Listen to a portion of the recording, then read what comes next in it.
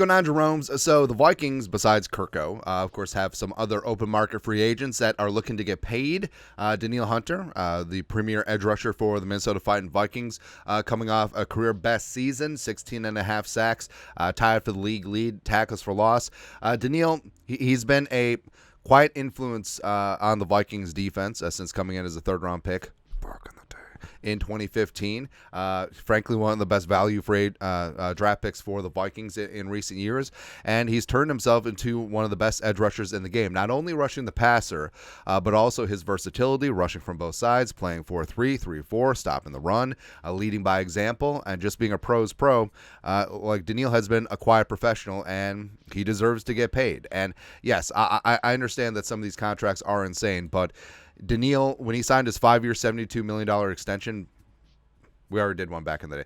Back in 2018, he was already underpaid then, and it's been a point of consternation where over the last 3 years, they've redone Danielle's contract to get him up to market. Again, I fully understand that he signed the contract. I understand this, that, and the other thing, but Danielle has been underpaid. So, frankly, I'm kind of glad that Danielle looks like he's getting the bag, although it's probably not going to be here with the Minnesota Vikings, as it may go a different direction. But Danielle, I mean, hey, Danielle spends a lot of time in L.A., loves him some F1. Kendricks is out there. Well, Kendricks is cut, but Kendricks could live out there, so who knows? But ESPN's Dan Graziano points out that the market's going to be pretty good for Hunter, and the Vikings may be priced out. Is Dan Graziano. I expect Vikings edge rusher Danielle Hunter to hit the market and do very well. His benchmark is probably the deal the Bears gave Montez Sweat after acquiring him at the trade deadline last year. Montez Sweat has that 4-year, $98 million deal, similar to Justin Madubuike just signed with the Ravens. Also, forget how much was guaranteed. Significant amount, like $56 million. It doesn't matter. Coincidentally, Sweat and Hunter are represented by the same agency, as they know how to do a deal like this. Though not specifically for Hunter, the Seahawks, Colts, and Commanders are three of the likely many teams expected to be active in the edge rusher market. And it would really suck if Danielle ends up in Chicago with Montez Sweat. That'd be gross. Actually, my worst nightmare is if Danielle ends up in Detroit, but, yeah. But either way, I think that I do think that Kirk Cousins is a true 50-50 proposition between the Vikings and the Falcons. Although, part of me in the back of my mind is starting to piece things together. Like, what if the whole Falcons things was just a feint to try and get leverage? Who knows? But I think that Neal is gone. I think that it's probably less than a 5% chance that he's back here with the Vikings, because even though the Vikings have the cap space, and even though Danielle is only going to be 30, I feel like they could run it back, sure.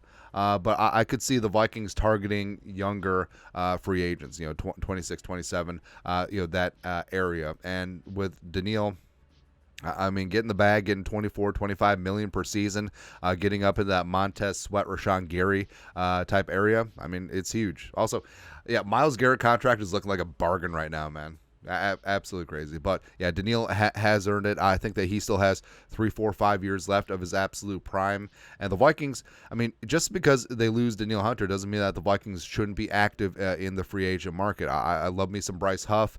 Jerome Baker is now out there as well, can play a mix of edge and off ball. I think that a guy like Chase Young is perfect for what Kwesi has always wanted to do, because Chase Young, I mean, he's not going to get a huge contract. He's probably going to get a 1-year prove-it deal, but the former number 2 overall pick, not only is he an underperforming guy, but he's also an injury guy. So, I mean, maybe Chase Young is this year's Marcus Davenport. I would much rather have Chase Young, because I think his ceiling and floor is a lot higher than Davenport's ever was. But also, I don't know, not paying $13 million. Who knows? Who knows, man?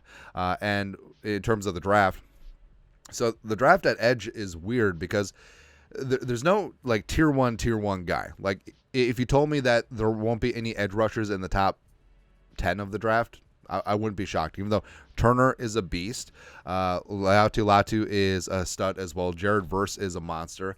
Chop Robinson, Darius Robinson in the at the top end of day 2 could be certainly interesting, but there isn't like a knockout guy. So I think that the Vikings, in terms of trying to replace Danielle, and also they could lose DJ Wanham, and hopefully Adios mio. Hopefully the Marcus Davenport walk. Right now the Vikings really only have 2 edge rushers under contract, and Patrick Jones second, Andre Carr the second. So I think that it might have to be a mix of signing some young free agents on the edge, as well as picking up an edge rusher or 2 in the mid rounds, or maybe bringing back DJ Wanham, who has 20 sacks over the last 3 seasons as a rotational player, which I would certainly be okay with. So Danielle, yeah, like I said, that contract that he signed, it was a bad deal at the time.